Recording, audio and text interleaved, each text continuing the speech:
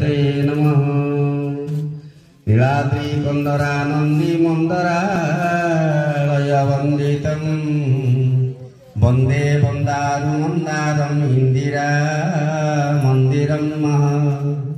कृष्ण कृष्ण महाजनं सर्वमेव समन्वयो कृष्णाय वासुदेवाय हरये परमात्मने प्रणते क्लेशनाशाय गोविंदाय वयं नमः।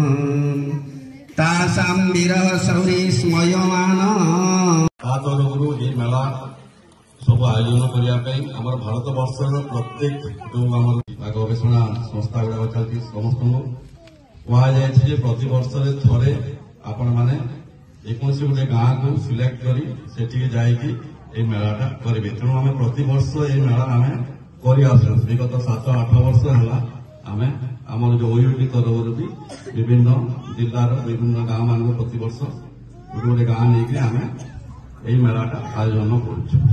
तेणु भारत वर्ष जहाँ सब अच्छे आम इंजीनियरिंग विभाग जो गवेषणा प्रतिष्ठान गुड़ाक समस्ते भी प्राय फेब्रुआरी मार्च मसरे गोटे दिन से सिलेक्ट कर मेलाटा आयोजन कर।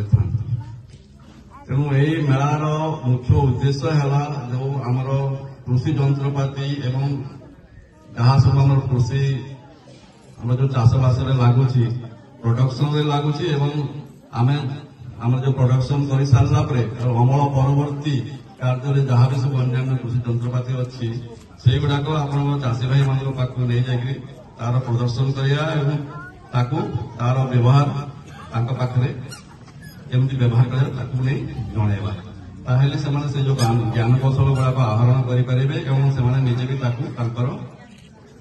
व्यवहार लगे पारे।